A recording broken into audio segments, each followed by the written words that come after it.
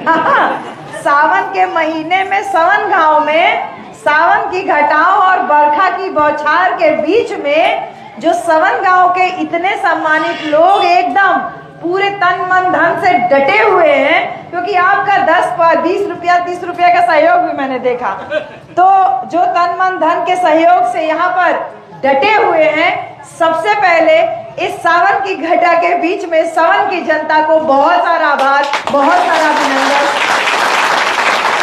जय भी नमो बुधाए। तो भाई जी, बात सिर्फ यही है कि जब परिस्थितियां अनुकूल हो तो कोई भी काम आसान हो सकता है, लेकिन बारिश में, कीचड़ में, उमस में, गर्मी में, पानी के बीच में, ढोल नगाड़े के साथ में, तभी मैंने कहा ना, सावन की घटाओं के बीच में ढोल नगाड़े के साथ, गाजे बाजे के साथ आपने जिस प्रकार से बहुजन समाज पार्टी का ये झंडा ऊपर रखा, ये स्वागत मेरा नहीं था बहन जी, ये स्वागत हमारी माननीय बहन जी का था। हमारी वो माननीय बहन जी जिन्होंने उत्तर प्रदेश में 4 बार मुख्यमंत्री होने का गौरव न केवल खुद हासिल किया, बल्कि गांव देहात में रहने वाली हर औरत को मुख्यमंत्री से कम नहीं फील करवाया बहन जी, हमको भी मुख्यमंत्री के बराबर फील कराया। तो ये स्वागत हमारी माननीय बहन जी का, ये स्वागत बहुजन समाज पार्टी का, ये स्वागत उन बहुजन महापुरुषों की विचारधारा का था जिन पे चलते हुए आज हम लोग यहाँ तक पहुँच पाए हैं। नहीं तो वो दौर भी था कि कोई हमारा चेहरा मुंह नहीं देखना चाहता था, तो बहन जी वहां से लेकर के यहाँ तक पकड़ दिया, यहाँ तक पहुंचा दिया कि एक पक्की फर्श, टाइल लगा हुआ, छत लगा हुआ, आज इस बड़े सेंटर पे हम लोग यहाँ मीटिंग आयोजित कर पा रहे हैं। तो ये देन है उन तमाम महापुरुषों की, आप लोग जिन्होंने इस समाज को उठाने के लिए, जगाने के लिए, इनके अंदर मान सम्मान स्वाभिमान जगाने के लिए अपना पूरा जीवन न्यौछावर कर दिया।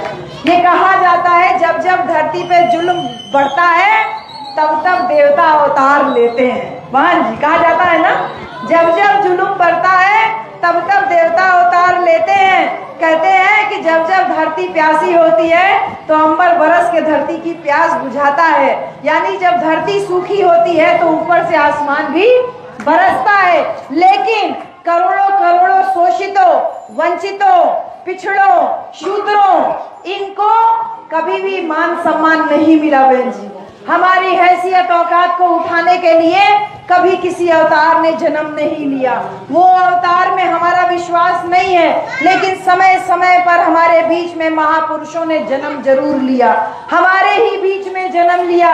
चाहे वो पगड़ी वाले बाबा महात्मा ज्योतिबा राव फूले हो, जिन्होंने औरतों की शिक्षा के लिए पहला स्कूल खोला, तो हमारे लिए इनसे बढ़ के कोई अवतार हो सकता है क्या बहन जी, जो औरत की शिक्षा के लिए पहला स्कूल खोले। ये भी पिछड़े समाज से आते थे, माली जाति से आते थे। इसके साथ ही साथ तमाम आंदोलन पिछड़ी जाति के लोगों ने किया, क्योंकि यहाँ राजभर समाज के लोग बैठे हैं और तमाम पिछड़ी यादव समाज के लोग बैठे हैं। पिछड़े समाज के लोगों ने ही इस पूरी क्रांति को जन्म दिया, चाहे तथागत गौतम बुद्ध हो, चाहे संत कबीर हो, चाहे महात्मा ज्योतिबा राव फूले हो, चाहे पेरियार रामास्वामी नायकर हो, और फिर आगे चल के भी, इसके आगे भी तमाम बहुजन समाज में जन्मे साहब राजश्री शाहू जी महाराज हों, ऐसे तमाम पेरियार ललई सिंह यादव हों। बहन जी समय समय पर महापुरुष लोगों ने जन्म लिया और हमको जागरूक करने का काम किया। लेकिन मजे की बात देखिए, पिछड़ी जाति के लोगों ने जिस आंदोलन को शुरू किया, उस आंदोलन को आगे ले चलने का काम परम पूज्य बाबा साहब डॉक्टर भीमराव अम्बेडकर ने किया। भारत का संविधान जब लिखे बाबा साहब, जब भारत का संविधान लिखे तो इन तमाम महापुरुषों के द्वारा चलाए गए आंदोलन को ध्यान में रखा। महात्मा ज्योतिबा फूले, जो पगड़ी वाले बाबा हैं बहन जी, ये सामने पगड़ी लगाते थे, कोट पहनते थे, किताब लेके चलते थे, अच्छी घर में जन्म लिए थे, माली समाज में थे, लेकिन परिवार संपन्न था। लेकिन एक शादी की बारात से बाहर निकाल दिया जाता है कि ये शूद्र है, ये नीच जाति का है, और हमारी बराबरी में कैसे चल रहा है। तो शूद्र जाति में जन्म में है, भले पैसा है तो क्या, लेकिन इज्जत मान सम्मान नहीं था, निकाल के बाहर कर दिया जाता है। उस बात को बाबा साहब डॉक्टर अंबेडकर ने जब संविधान लिखा तो ध्यान में रखा कि समाज के साथ ऊंच नीच का बर्ताव होता है, छुआछूत का बर्ताव होता है, गले में मटका का, कमर में झाड़ू भी हमारे लगाई गई थी। हमको इंसान नहीं समझा गया। तो इस ऊंच नीच गैर बराबरी को खत्म करने का काम बाबा साहब डॉक्टर अंबेडकर के संविधान के द्वारा हुआ। यहाँ जितने राजभर समाज के लोग बैठे हो, मौर्य समाज के लोग बैठे हो, यादव समाज के लोग बैठे हो, बिंद समाज के बैठे हो, और बाकी और चमरौटी धोबियान पसियान के लोग बैठे जो हो, आप लोग बहन जी, हम सब के बात के नॉलेज रहे के चाहिए। जबले संविधान ना लिखा रहा, हमन के क्यों पूछे वाला ना रहा। संविधान लिखे बाबा साहब, हक अधिकार मिला, इसको सुरक्षित रखने के लिए भी बाबा साहब प्रबंध करके गए।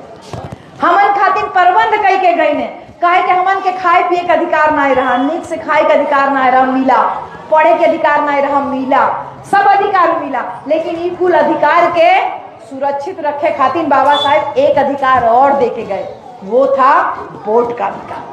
ऐसे इशारा करती है ना उंगली बाबा साहब की, ऐसे इशारा करती है। आपने अक्सर सुना होगा बाबा साहब का उंगली तोड़ दिया जाता है, हाथ तोड़ दिया जाता है, मूर्ति तोड़ दिया जाता है। क्यों भय है बाबा साहब की उस उंगली से, बाबा साहब की उस मूर्ति से? क्योंकि वो बाबा साहब की मूर्ति नहीं, विचार है बहन जी। डरते हैं लोग, कुछ लोग डरते हैं, ये सामंतवादी सोच के लोग, जातिवादी संकीर्ण सोच के लोग डरते हैं कि कहीं बाबा साहब की मूर्ति का विचार आपके बच्चों तक न पहुंच जाए, आपकी अगली पीढ़ी तक न पहुंच जाए। कहीं वो विचार पहुंचा तो बाबा साहब की उंगली का इशारा समझ न जाओ। वही उंगली का इशारा है, बाबा साहब कह रहे हैं मैंने सूट बूट पहना है, कोट पैंट टाई पहना है, तुम लोग भी साफ सुथरा कपड़ा पहन के रहो। मैंने हाथ में किताब ली है, ये संविधान है, इसमें तुम्हारे हक अधिकार सुरक्षित किए हैं। और उंगली के इशारे से कहते हैं तुम्हारे दुखों की मुक्ति का रास्ता संसद से होके जाता है, उठो संसद के ऊपर कब्जा करो। उस उंगली का इशारा संसद की तरफ इशारा करता है, तो उस उंगली के इशारे को पूरा करने के लिए वोट का अधिकार दे के गए। लेकिन ये कह के गए अगर वोट सही चलाया तो अपने आप को राजा बना लोगे, लेकिन वोट को अगर बेच दिया, चाहे दारू पे, चाहे मुर्गा पे, चाहे पैसा पे, अगर वोट बेच दिया तो तुमसे बड़ा भिखारी भी कोई नहीं होगा। इस बात को कोई नहीं समझा बहन जी, इस बात को कोई नहीं समझा कि तुम्हारे वोट की कितनी कीमत थी। समझे तो समझे साहब कांशीराम समझे। साहब कांशीराम ने ऐसा समझा बाबा साहब को कि निकल पड़े अपनी सरकारी बहन जी ने, हमारी बहन जी ने ये जनता के राज को चलाने के लिए, जनता के अंदर मान सम्मान स्वाभिमान जगाने के लिए हाथों मेहंदी नहीं लगाया बहन जी, माथे सिंदूर नहीं पहना बहन जी, सुंदर सुंदर रंग बिरंगा कपड़ा नहीं पहना, गहना गुड़िया नहीं पहना। बहन मायावती जी ने जिस दिन घर छोड़ा, अपने पिता की चेतावनी के साथ घर छोड़ा। उनके पिताजी ने भी उनके लिए आंसू नहीं बहाया। हो सकता है कि दिल में कष्ट रहा हो, लेकिन पिता ने चेतावनी दिया कि सुनो, अगर तुमने आज घर छोड़ा तो इस घर के दरवाजे तुम्हारे लिए हमेशा बंद हो गए। यानी कि अगर तुमने आज का ये घर छोड़ा तो तुम्हारे लिए घर के दरवाजे हमेशा के लिए बंद हैं। यानी बहन जी ने जब घर छोड़ा तो उनके लिए कोई आंसू नहीं बहाया, कोई बैंड बाजा बाराती नहीं हुआ। बहन जी ने जब घर छोड़ा तो इस मंशा से घर छोड़ा कि दोबारा घूम के पिता के घर नहीं आना है। ऐसा त्याग किया हमारी बहन जी ने। और जब ऐसा त्याग करती है कोई बेटी तो वो और मजबूत ही बनती है। जब प्रतिज्ञा ली कि मैं शादी नहीं करूंगी, घर परिवार नहीं बसाऊंगी, ये बहुजन समाज ही मेरा घर परिवार है, उस दिन हमारी बहन जी और मजबूत हुई। और जब आपके जैसे भाइयों का और आपके जैसी बहनों का प्यार और स्नेह मिला हमारी बहन जी को, तो हमारी बहन जी मुख्यमंत्री बनी। एक बार दो बार नहीं, चार चार बार मुख्यमंत्री बनी और शासन चला के दिखाया कि एक औरत जो घर में रह करके खाना बना सकती है, बच्चे पाल सकती है, घर परिवार चला सकती है, अगर उसको मौका मिला तो वो शासन सत्ता की बागडोर भी संभाल सकती है। ये बहन मायावती जी ने चला के दिखाया। जब उन्होंने कहा कि आज से शासन दलित की बेटी चलाएगी, कोई कठपुतली नहीं। 5000 साल से जिस समाज ने सर उठा के नहीं बल्कि सर झुका के चलना सीखा, आज के बाद वो समाज सर उठा करके चलेगा। और देखिए, गांव देहात में बैठी औरत भी सड़क पे कोई अगर ऐसे देख लेता है तो कहती है अरे हमारी सरकार अबे तो देख लिया जाए, देख लिया जाए। ढेर आंख न तरेरा, हमनक सरकार बोनी, तो हमने देख लिहल जाई आज तोहार बतका। ई जौन कहे का साहस डेवलप हुआ ना, ई जौन कहे का साहस मनोबल बना ना, ये बहन मायावती जी की वजह से बना।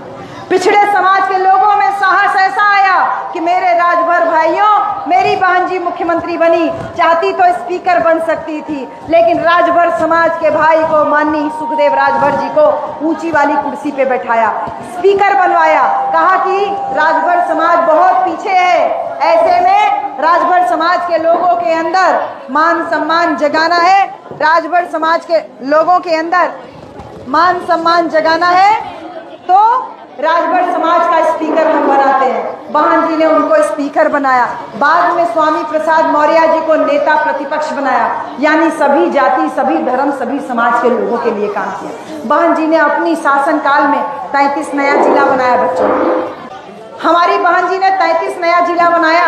हर जिले में एक medical college, engineering college, polytechnic college, ITI college, BEd BTC college, nursing college, inter college, BEd college, degree college, primary विद्यालय सब खुलवाया।